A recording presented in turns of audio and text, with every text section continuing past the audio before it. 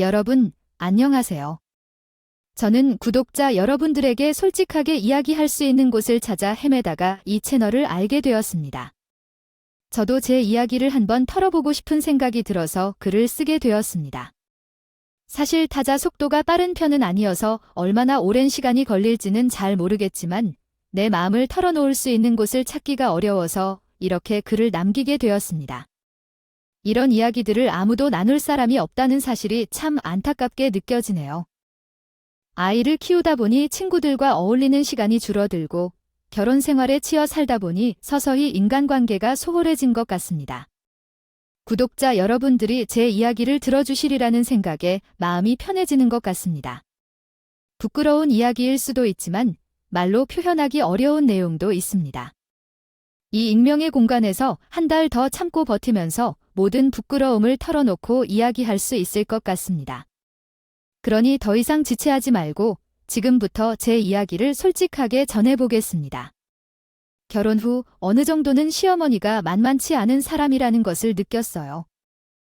처음 시어머니를 만나러 갔을 때부터 인터넷에서 시어머니에 관한 이야기를 검색해보며 그렇게 정도는 다들 겪으면서 살아가는구나 생각하며 마음을 단련시키고 있었어요.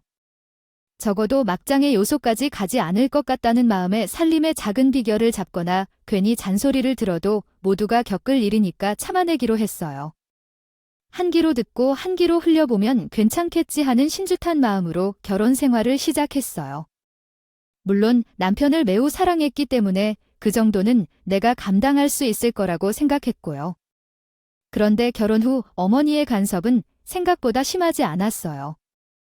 1년, 2년은 원만하게 지내다가 임신 후 시어머니의 간섭과 잔소리가 시작되었죠. 임신하면 며느리를 특별히 대접한다고 하지만 우리 시어머니는 그런 편견을 깨는 사람이었어요. 임신했을 때부터 시어머니와의 관계가 이렇게 틀어질 줄은 상상도 못했어요. 바보스럽게도 시어머니가 잔소리를 하지 않을 것 같았거나 부모답게 대해줄 것 같았어요. 하지만 그것은 예상 밖이었죠.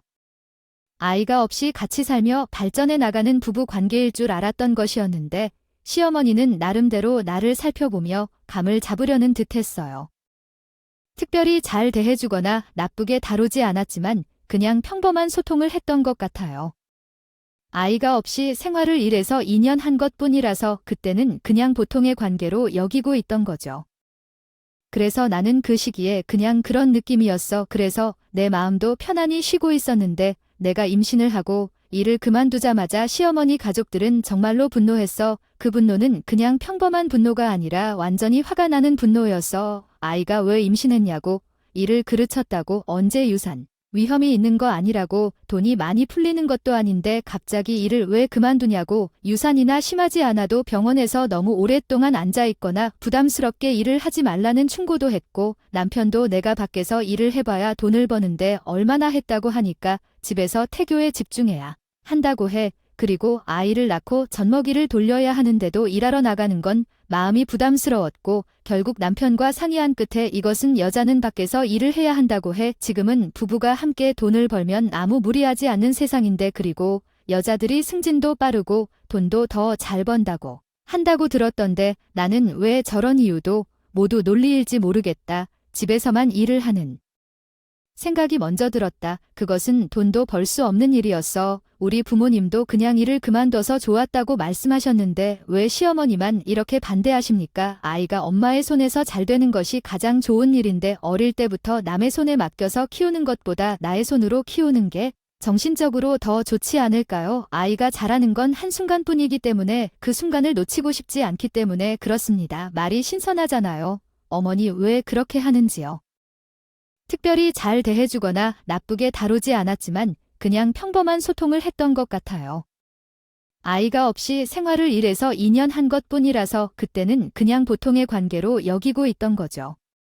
이야기하는 이는 마당에 아이를 두고 집안의 일을 대충 하고 있는 모녀의 대화를 소개했습니다.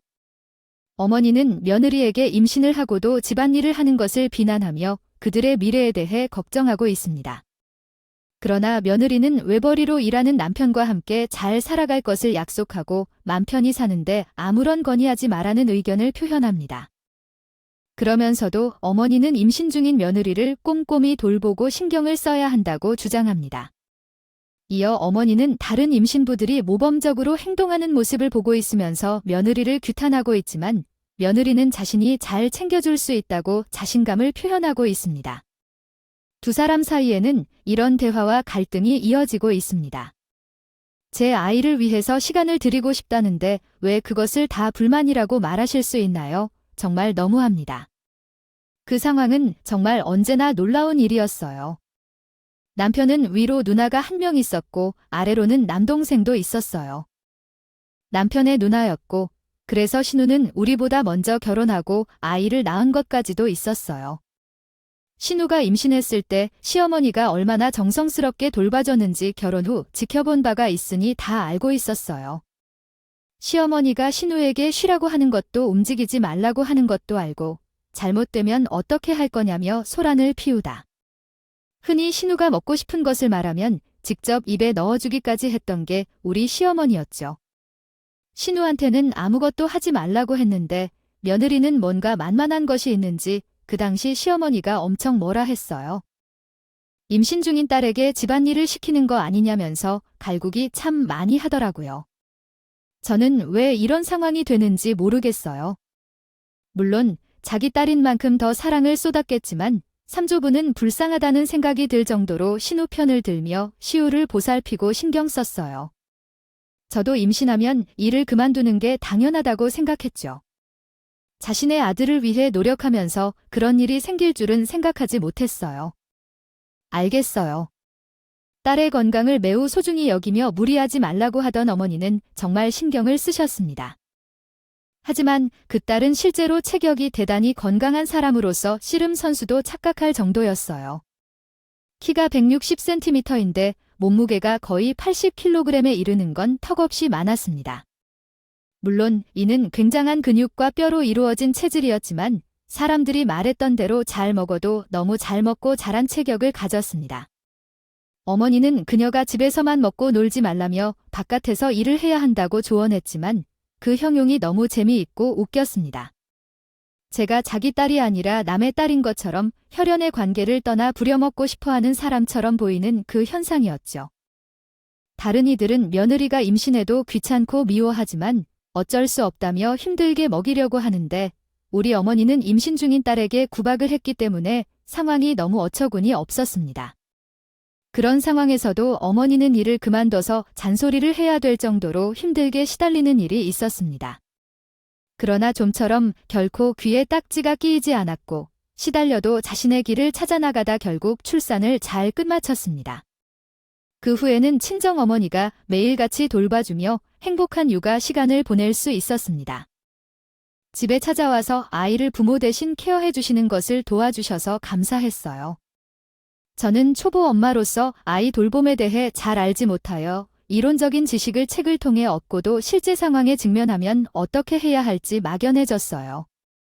아이가 하루 종일 울어서 그 이유를 알 수 없어서 매우 답답해했고 그 결과 무기력함이 저를 짓누르게 했어요. 결국에는 친정어머니에게 도움을 요청해야만 했죠. 이때 내 시어머니에게는 도움을 요청할 수 없었거든요. 정말 양면적인 지지로 도와주신 친정어머니 덕분에 버텨내며 육아를 할 수 있었어요. 그리고 몇 년째 도움을 주셨고요. 어린이집에 아이를 보내고 난 후 친정어머니께서 우리 근처로 이사까지 오셔서 이와 같은 돌봄을 도와주셨어요. 그러면 제가 뭘 했냐고 궁금할 거예요. 사실 큰 꿈이 하나 있었어요. 시어머니가 제 얼굴만 봐도 돈 벌어 오라고 자꾸 조르셨어요.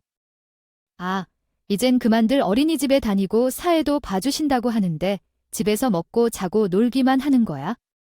일을 해야지. 언제까지 그렇게 집에서 식충이지만 하는 거야? 일을 해야지. 우리 아들이 돈을 벌어와야 애는 남편에게 맡겨놓고 나는 이런 니한이냐. 답답해라. 남편이 있든 없든 미치도 조에게 온 새기는 거야? 그런 일인데 누가 그놈들 혼란하지 않을 수 있을까? 매번 그렇게 말씀하셨어요. 매번 저만 보면? 남편이 돈을 다 써버리는 불량한 습격자 때문에 나도 꿈을 이루기 위해 진정으로 노력했어요. 그런데 나는 그것을 의도적으로 엄마에게 말하지 않았어요. 내 꿈을 실현하기 위해서는 많은 시간과 노력, 그리고 많은 돈이 필요했기 때문에 엄마가 분명히 내가 하고 싶어 하는 일을 비웃고 중단하라고 할 것을 알았거든요. 보통은 나를 저렇게 무시하기에는 소리도 나지 않겠지만 알았지만 나는 남편이 내가 노력하는 것을 알고 있고 지지해주고 있기 때문에 그에게 너무 많이 의존했어요. 나는 성공해서 엄마의 자존심을 훼손시키고 싶어 하는데 너에게 낳은 엄마가 그렇게 오글거릴까 의심스럽기 때문에 애매한 일이라 기반을 깔지 않을 것이다. 아무리 생각해도 하고 싶은 것이 어려운 일이라서 자신이 없어 아무 소리도 안 한다. 그냥 잠들 것 같아. 너도 너무 부탁하기 시작하면 나는 먼저 들을 것이 없기에 걱정하지 마. 남편도 내가 스트레스 받는 것을 알아주어 어떻게든 내 편이 되어주려고 노력했고 우리 남편은 사실 중앙에 있기 때문에 은근히 엄마에게 압박받은 것이 있을지도 몰라. 장남이기 때문에 해달라는 건 다 해주기 때문에 아이들은 그리고 부모님에게 전부를 드린다 해도 우리 남편도 그다지 엄마에게 관심이 없었다. 사람들은 적은 일로 차별을 받으면 더 오랜 기억에 남을 수 있어. 보니까요, 그게 뭐 했는지. 어쨌든 부부에게 운못한 이야기가 있다고 했던데 우리 신랑은 지난번에 미래 계획을 엄마에게 솔직히 말하지 않았다. 정말 확신은 없어서 구라와 맞붙인 여자들도 공연장에 계속되지 않고 계속 기대하는 로또 같은 소망이 애쓴다. 그것을 보니 정말 비밀을 알겠는데 엄마는 자기 변화 시간에 놀고 난 나도 몰랐기 때문에 나는 그냥 밖으로 나가기로 했던 줄 알고 있었다. 엄마는 다른 면에서도 나를 찾고 싶어 하면서 벌써 시작되고 있는 상황이 더해졌다. 신랑과 나랑 새 집으로 이사 왔을 때 엄마가 왔는데 지옥령자와 손주만 혼자 있어서 그녀는 화나 있는 것 같아 보였다. 다른 사람은 아니고 엄마가 화병을 겨리라 알겠다. 아니, 도대체 어머니들은 어디로 가셨습니까? 세상의 사도는 아이를 어떻게 키우는지 알겠다. 나는 사거세계까지 그렇게 말하고 싶지 않다. 아, 너무 그런 건데 나는 아직도 울거나 싶은데. 우리 사돈아들은 타고 있는 금매로만 살아가면서 나를 밖으로 보내는 게 무슨 말인지. 돈으로 할 일이 없는 것도 모르고 아이고 깜짝으로 왔어서 무슨 말인지. 우리 딸이 할 일이 있어서 밖에 나 있는 것 아니겠습니까? 사돈한테 해달라고 한 적도 없고 나는 일어서서 손주를 보겠다고 하는데 저리 나타나서 잔소리를 하는 것인지. 아이고, 아주 골치 아파하면 이게나 싫어할 수 없어. 아들 집에 오면 며느리 얼굴 한번 보기가 참 힘든데 돈을 벌어오는 것은 아닌데 할 일이 있긴 뭐가 있습니까? 집에서 아이 돌보고 남편 다 그래 며느리로서 내 조 부서를 맡아야 하는데 심지어 그것조차 사위에게 맡기고 있으면 내 안이 찝찝할 텐데 손주는 사위에게 전마 엄마라고 부르더라. 우리 딸도 사회생활을 준비하고 있다고 했어? 사위는 일상적으로 우리 딸에게도 이런 말투를 하나? 그 말이 너무 지친 것 같았지만 어떻게 방관할 수 없어 이런 억지 섭섭함도 하겠지? 사회생활을 준비 중이라는 것을 말했잖아. 몇 년 동안 논파가 하다가 이제 회사에 들어가서 아무것도 안 하고 노는 며느리를 받아들일 수 있어? 경력 단절이라며 다니고 있는 회사는 엄나봐 집사 소식도 없을 때면 이런 억종하게 시댁 친모에게 비난했대.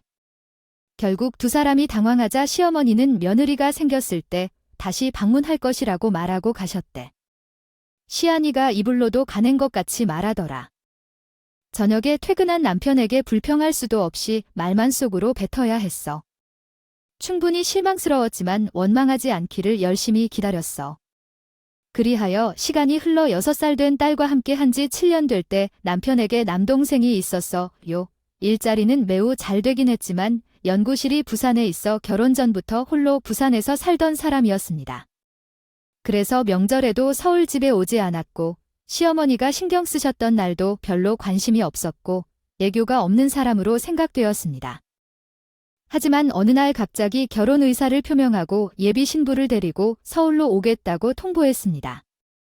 처음에는 무슨 사고가 났는가 걱정했지만 뜻밖의 소식이었습니다. 예비 며느리가 의사인데 정말 놀라운 소식이었습니다. 시어머니는 자랑스러워하며 의사라는 말을 반복하며 기뻐하셨습니다. 의사라는 그 식당의 성형외과 의사가 아주 돈을 많이 번다고 합니다. 아이고, 그런 며느리를 맞이해 일어난 기쁨 때문에 눈물이 나려고 해요. 그들의 연애는 숨기려고 했던 것인데 이런 큰 사건을 어떻게 성취했는지 이제는 걱정이 없겠지요. 성형외과 의사들은 비싼 값어치가 있다고 하더군요. 도련님도 어느새 생활이 훨씬 여유롭겠어요. 어머님도 기뻐하실 텐데 그러나 너무 소비적으로 보이면 다른 사람들 앞에서 자부심을 부리지 마십시오. 의사 며느리를 맞이하시는 분이 그리 많이 없어 보인다는군요. 누가 뭐라고 해도 동정심과 질투할 뿐이라고 생각하세요. 결혼 후 임신하자마자 일에 바로 뛰어들었던 우리 막내 며느리는 성형외과 의사가 되어 돈도 잘 벌 것입니다. 이야 그런 일로 어머님을 건드린 것 같다면 어쩌면 미워하실 수도 있을 테니 너무 마음에 담지 마십시오. 일 그만두실 때까지 내가 걱정돼요. 7년이 지났는데 아직도 우려하여 서길 보니 마음이 터질 것 같아요. 이 자리에 입을 떼버릴까요? 뒤늦게 분노가 솟아오르니 시어머니와 맞서 대답해버렸습니다. 과연 나중에 무엇이 될지 모르겠지만 저도 돈을 많이 벌어서 너를 기쁘게 해주고 싶네요. 떠받들면서 살아주마 어디 말도 안 되는 소리를 하고 있어 무려 7년이다. 7년 내가 집에서 놀고 먹은 식충이 짓을 한 것도 벌써 그만한 세월이 흘렀는데 내 나이 이제 와서 무슨 돈을 어떻게 벌 거야 그러길래 애초부터 무시 좀 한 바퀴 차일 좀 하고 살지 그랬니? 억울하면 내가 일을 그만둘 게 아니라 아애 키우면 열심히 승진을 할 생각을 했어야지. 내가 그렇게 그만두지 말라고 말렸는데도 집 꼴리는 대로 하더니만 잔소리 드는 건 무시받는 것 같아서 싫으니. 그렇게 말을 하니까 정말로 속이 부글부글 끓었지만 지금 제가 해놓은 것이 마땅치 않았기 때문에 시어머니한테 뭐라 말대꾸를 할 수는 없었어요. 이거야말로 되로 주고 말로 받은 격 아니겠어요. 남편도 옆에서 입이 근질근질해 보였지만 꾹 참는 것 같았고요. 제가 남편한테 신신당부를 했거든요. 시어머니랑 저랑 말다툼을 할 때 행여나 끼어들 생각하지 말라고요. 여기서 남편이 제 편을 들고 나서 봐야 시어머니 눈에는 더 안 좋은 인식만 바뀌고 꼬투리만 잡을 일만 늘리는 것 같았거든요. 아, 왜 갑자기 꿀먹은 벙어리가 됐어? 우리 아들이랑 같이 회사 다닌다고 했을 때도 별로 마음에 드는 조건은 아니었는데. 아, 그래도 참았다. 그런데 결혼을 하고 임신을 하자마자 일을 바로 그만둔다고 하니? 내가 탐탁지 않게 생각을 할 수밖에 없지 않겠니? 너는 있지 입이 10개라도 할 말이 없어. 제가 다른 것도 아니고 임신에 무리하지 말라는 소리 듣고 일을 그만뒀던 것인데. 아, 정말 해도 너무 하세요? 벌써 7년이나 지난 일인데 그걸 아직도 빌미 삼아서. 어머니가 하는 말들은 너무 지나치다고 생각해. 임신한 사람을 계속 걱정하며 지적하는 건 적절하지 않다고 생각해. 요즘 회사들은 육아 휴직 등 다양한 제도가 있고 회사에서 어른들도 잘 운영해. 또 너는 계속 사돈에게 맡겨놓고 밖에 다니지 않았어. 내 얼굴 따위 본 적도 없었다는데 그렇다면 그냥 돈벌이에 집중하는 게 나을 거야? 왜 그랬는지 이유를 설명해 줄래? 물론 일을 그만둔 것이 좋은 선택이었을지도 모르지만 아이를 수십 년을 위해 지켜주어야 했기 때문에 그 순간에 그 결정을 내린 거야. 자식의 안전을 우선시한 거야. 남편까지 일 그만둬달라고 해서 더 힘들었어. 어머니가 왜 서글픈 소리를 하지? 그 아픈 마음을 너무 다 듣기 싫다. 요점은 이렇다. 그런 상황 속에서 저는 예상치 못한 일이 벌어지자 정말 놀랐습니다. 모든 준비를 한 것 같았지만 예비 며느리가 올 때의 대접에 대해 조급한 마음이 들었던 것 같습니다. 자비를 받아온 그녀를 충분히 환대해 주어야 했는데 아쉽게도 대접이 부족한 면이 있었습니다. 함께하는 시간을 소중히 여기고 설레이고 있던 마음을 숨기기 어려웠습니다. 그렇게 예비 며느리가 시댁에 도착했을 때 과연 어떤 반응을 보일지 궁금했지만 제가 노력하여 따뜻하게 맞이하며 즐겁게 보내기를 바랐습니다. 집에서만 생활하고 있었기 때문에 그동안 가구들도 많이 변색이 되었고 낡아 빠진 장식품들도 꽤 많았어요. 그러니까 한마디로 집안 분위기가 좀 어수선했고 물건들이 집안 곳곳에 놓이다 보니 조금 지저분해 보였어요. 시어머니가 인테리어나 소품 같은 것에 관심도 없어서 돈 아깝다고 바꾸지도 않았거든요. 제가 그렇게 낡은 거 좀 버리라고 말했는데 누가 알아주겠느냐고 그랬어요. 의사인 예비 며느리가 방문해서 낡은 소파를 군데군데 얼룩이 안 보이도록 세탁했고 식탁보도 모던한 걸로 바꿔주고 집 곳곳에 있던 낡은 항아리를 버리고 새로운 소품을 들였어요. 몇 날 며칠 만에 시어머니 집이 이렇게 변할 줄 예상 못했어요. 낡은 물건들을 모조리 버리고 새로운 것들로 교체되어 있었어요. 심지어 오래된 TV장도 대리석으로 변신했고요. 집안 곳곳에 향기도 맡을 수 있어서 안 바뀐 것들이 모두 바뀌어 있는데 이 향기는 뭔지 알 수 있을까요? 방향제 같은 게 있는데 어떤 제품인지 알 수 있을까요? 정리하고 꾸민다면 고급스럽게 보일 텐데 의사 며느리가 시댁에 오시면 고급스럽게 대접하고 싶어요. 정말 행사를 위해 수고가 많고 부산에서 오면 매우 인기가 많죠. 시어머니와 시아버지가 오신 차에 가족들 사이의 만남이 너무나 중요하고 소중한 시간이니까요. 시작 전에 정성 들인 예비 준비부터 부엌에서 손님을 맞이하면서 정성을 다하는 마음이 바로 가족의 따뜻한 사랑을 느끼는 방법이에요. 식사가 끝난 뒤에는 놀아주고 계시는 남편과 함께 즐거운 대화를 나누면서 소중한 시간을 보내시기를 바랍니다. 감사합니다. 들어왔더라고요. 아이고. 무슨 로켓을 타고 왔어. 아직 넉넉하게 도착 시간이 남아있다고 생각해서 음식 준비를 서둘러 못했는데 아직 준비 중인데 배가 많이 고픈 건 아니지. 괜찮아요. 음식 천천히 하셔도 돼요.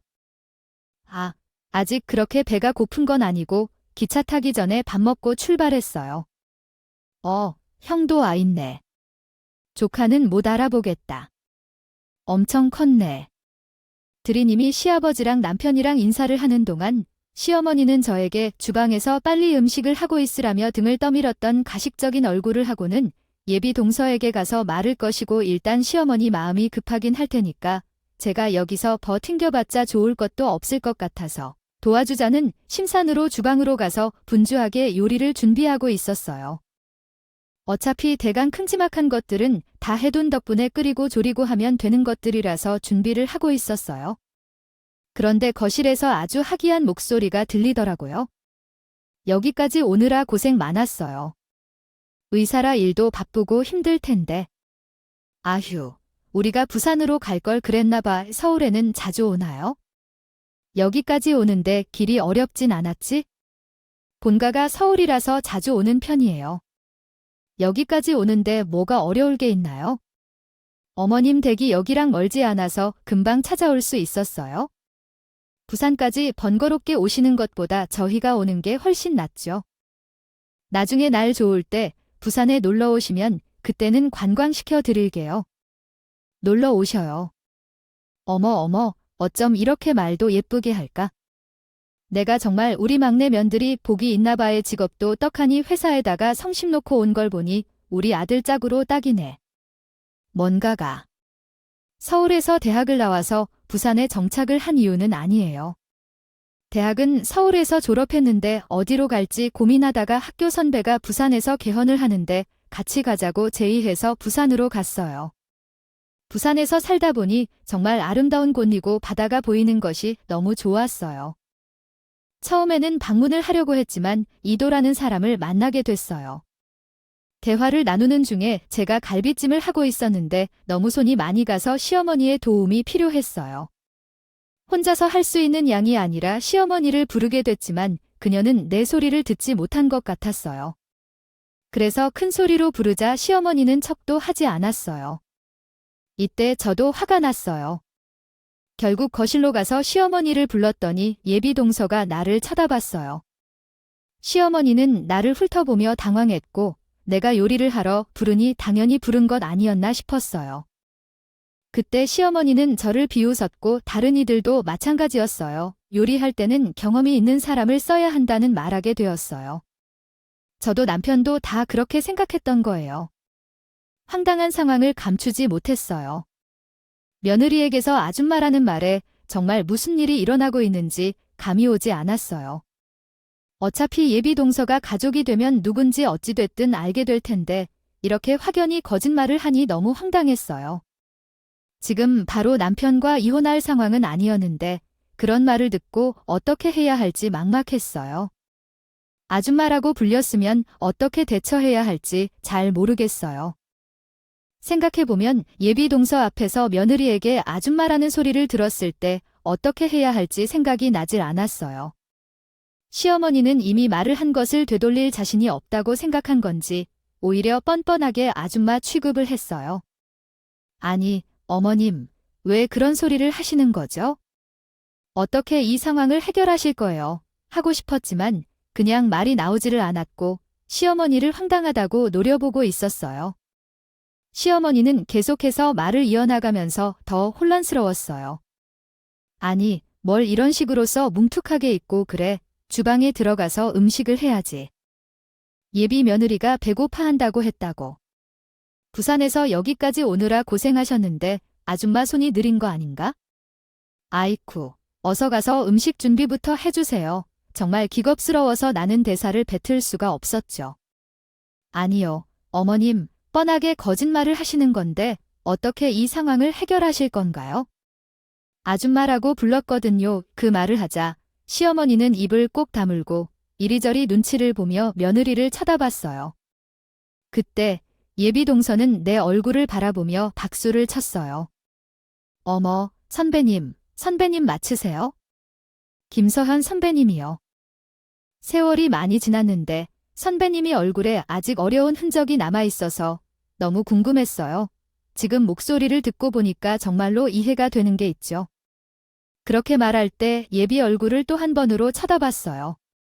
얼굴은 새롭게 느껴지지 않아요.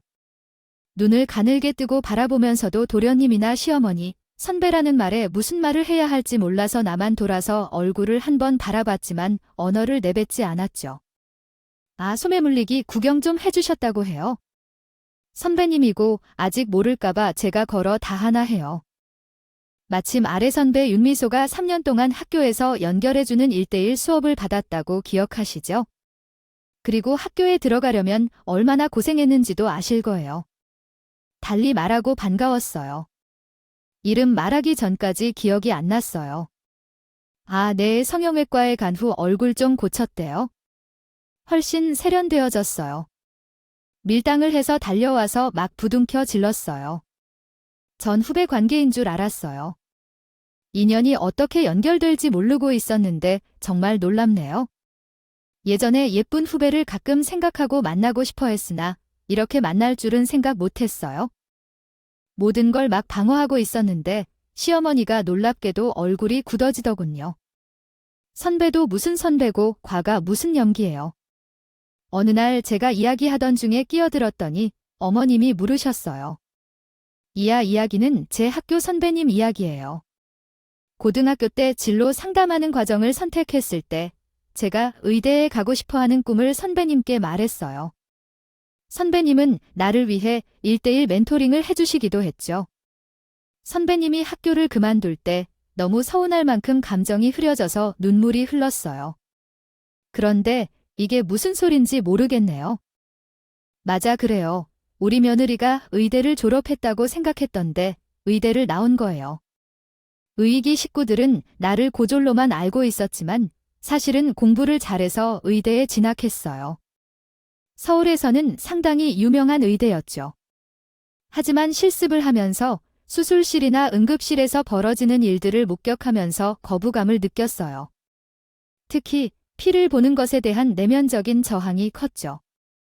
의사로서 다른 사람을 치료해야 했지만 피를 보고 기절하는 일이 여러 번 있었어요.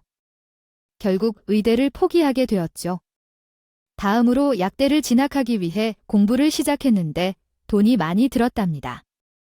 수강료도 그렇고 학원비도 그렇고요. 나이도 어느 정도 들어서 부모님께 손 벌리기도 그렇고 손 벌릴 여력도 없어서 취직을 하게 되었어요. 밤에는 공부하고 낮에는 일하며 그렇게 생활하다가 남편을 만나 결혼을 했어요. 저는 꿈을 포기한 적은 없었는데 임신하게 되어서 일을 그만두고 공부에 전념하기로 결심했어요. 아이를 낳고 그해 수능을 치르고 합격해서 의대에 진학했어요. 정말 행운도 좋았고 시기도 딱 맞았어요. 미혼 어머니가 아이를 돌봐주시고 남편이 등록금을 지원해줘서 저는 의학을 공부하기 시작했죠. 시어머니는 비밀로 유지했고 남편은 시어머니에게 알려 기를 누르자고 제안했지만 저는 약사 면허를 따고 나서 말에 기를 눌러달라고 했어요. 그동안 남편이 쟤를 기생충으로 대하던 것에 대한 복수를 하고 싶었거든요. 남편도 제 이야기를 듣고 공감해줬고 지지해주었어요. 하지만 어린아이를 시어머니에게 맡기고 공부를 진행하는 것도 간단하지 않았어요. 그런데 운수 좋게 도저사국이 터져서 집에서 강의를 들을 수 있게 되어서 약대를 졸업하기 편해졌다. 엄청 쉽진 않았지만 학습 시간을 충분히 확보할 수 있어서 졸업 예정자 자격으로 국가고시에 응시해서 면허를 취득했어요. 약사로 취직하고 출근이 얼마 남지 않은 상황에서 한 일이기에 제가 약국에 출근하면 당시 시댁에 이야기하려 했었어요. 그런데 예비 동생은 저 혼자 의대를 몇 번이나 자퇴했던 것까지 알고 있었고 후배였어요.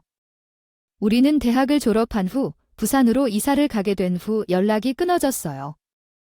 저는 의대 졸업생도 아니었기 때문에 동문도 아니었기 때문에 서로 소식을 모르고 지냈어요. 그러던 중 우리 시어머니가 말했어요. 아니, 내가 의대를 다녔다고 생각하고 집에서 먹고만 있겠다고 생각했는데 정말 의대생이었던 거야. 그 말에 우리 선배님은 놀라셨어요. 정말 똑똑하신 분이시구나. 멘토 수업을 통해 의대에 합격할 수 있었던 건 선배님 덕분이에요. 선배님이 지금은 어떤 일을 하고 있는지 궁금하던 중 남편이 주위를 둘러보더니 이제 약사가 됐다고 하기에 좋은 때인 것 같아 우리 시어머니는 다시 넘어지셨어요. 아니, 집에서 놀고만 먹는 줄 알았는데 언제 약대를 졸업했어? 이때 대개 부인은 자랑스럽게 말했어요. 이제 다음 주부터 출근한다. 약사가 되었지. 시어머니는 다시 뒤로 물러나셨어요. 아니, 약대를 다녔다는 건 엄청난 일이잖아. 어떻게 이렇게 갑자기 해내는 거야? 그리고 시어머니는 생각했어요. 나도 미리 알았어야 했는데 아마 반대했을 테짓 아니구나요. 하면 미워하고요. 그래서 우리 맏며느리는 한 약사고 막내 며느리는 의사야. 이건 대단하네. 정말로 대단해. 맏며느리들이란 말이 톡톡히 들어맞겠다. 그동안 얼마나 말을 하고 싶었는지 입이 근질거려 죽을 줄 알았어요. 엄마가 우리 아내를 무시하고 할 때마다 내 속이 다 부글부글 끓었어. 그러니까 이 사람의 속은 어떨지 상상도 못해. 오죽하면 저렇게 일에 악순이 되어서를 납작하게 해주겠다고 버텼던 걸까? 아이고 대단해 우리 아내. 그 말에 시어머니가 우리 남편 뒷등을 퍽소리 나게 치더라고. 아니, 왜 이런 걸 숨겨서 나만 바보로 만들어? 너 누구 자식이야? 내 자식이면 적어도 나한테 언제든 말을 해줬어야 하는 거 아니야? 이렇게 사람을 파보로 만들어가는 법이 어디 있어? 아이고, 엄마가 우리 아내를 무시하니까 이 사달이 난 거 아니겠어? 그동안 얼마나 악순같이 공부했는지 옆에서 지켜보는 사람도 발소리 한 번 내기 힘들었잖아. 이제 고생 끝이라고. 우리 아내 대단해. 약사 아내 대단해. 시어머니가 제 눈치를 보면서 아무 말도 못하고 있길래 저는 앞치마를 집어던지고요. 의사 며느리가 들어오는데 어떻게 쟤를 식모 취급을 할 수 있어? 아무리 그래도 제가 맏며느리인데 아줌마, 저한테 아줌마라고 했어요. 나도 다 사정이 있는 거 아니야? 집안에 의사 며느리가 들어온다고 하는데 백수 며느리는 부끄러운 법 아니야? 그러니까 일부러 좀 속을 썩 올렸다며 며느리가 집에서 육아만 하면 어떠하고 나가서 일을 하면 어떠하다고 그래요? 어머니는 나를 너무 무시하시는데 나도 일을 열심히 하고 공부할 수는 있었지만 내가 그렇게 무시하지 않았다면 아마 약사가 됐을 것 같아요. 내가 무시를 받지 않았다면 너도 그렇게 열심히 공부할 일이 없었을 거예요. 아니, 이 사람아, 아직도 정신을 못 차리고 뻔뻔하게 말을 해. 제발 조용히 좀 있어. 말이야. 며느리를 보기 부끄럽지도 않아? 제가 어째서 이렇게 열심히 공부했다고 말을 하니까요. 다 사정이 다르고 각자의 삶이 있어. 너 자식을 죽이는 짓은 내가 다 하고 다니고 앞으로 약사 며느리한테 얼굴을 어떻게 들고 달 거야? 그 소리에 시어머니가 입을 새어 막더군요. 의대를 그만둔 후 다른 일 하면서 공부해서 약사가 되는 것이 어디 쉬운 일이냐면서 막 축혀서요. 너무 멋있다고 칭찬을 해주는데 난 일부러 시어머니 앞에서 무례하게 행동하며 결혼을 망치려고 했어요. 시어머니 얼굴을 보는 미소에게 시어머니는 나에게 착달라부터 얼마나 대단한 분이라고 생각하고 의대를 그만두고 다른 일로 전했는지 알리셔야지. 너는 경이로운 모습이야 하고 말했어요. 미소야, 내가 너를 아끼는 후배로 생각해준다고 하여 결혼하지 마. 나는 어떤 대우를 받았는지 너에게 자세히 알려주겠다. 이 결혼은 하지 마. 너같이 능력이 있고 똑똑한 사람이 이런 집에 시집 오면 어떨까? 그런 시어머니 만나면 결코 안 돼. 절대로 결혼하지 마. 내가 이런 말을 하자 시어머니는 화를 내며 제 입을 막으려고 들어오더군요. 네, 큰 아이야. 왜 갑자기 이래? 너는 이런 사람이 아니야? 내가 지금까지 며느리가 어떤 사람인지도 모르고 너무 잘못되고 그랬어. 나를 많이 상처받게 했구나. 결혼하려고 온 사람들한테는 아물리 그러면서 갑자기 천사처럼 행동하더라고. 그럴 필요 없었는데? 그래서 나는 조용히 입을 막고 온 시어머니에게 속삭이듯이 말했어. 시어머니가 결혼을 망치고 싶지 않다면 앞으로 잘 보이셔야 할 거야. 내가 입만 틀리면 결혼도 못하고 일도 못해서 약사가 된 나까지 다 날아갈 수 있다는 거 알지? 시어머니는 내 앞에서 발버둥치고 도련님도 손을 잡고 부산에서 살려고 한다고 했어. 솔직히 엄마가 형사한테 무슨 짓을 했는지는 잘 모르겠지만 우리 살림에는 간섭 안 해주면 좋겠어. 명절이나 가끔 살아있다고 연락할게. 우리 부부 생활에 참견하지 마시고 엄마도 이제 인생을 즐기면서 아빠랑 행복하게 사셔. 며느리들 재촉하지 말고. 왜 며느리들을 그렇게 못 대하고 안 대주니 안달이야. 누나도 같이 괴롭히긴 않았는데. 어떻게 앞으로 얼굴을 들고 살 거야? 온 식구들이 시어머니 편을 들어주지 않고 나도 조용히 시어머니를 협박하고. 그러니까 궁지에 몰린 장모님이 결국 울면서 오명이로 사과합니다라고 했어요.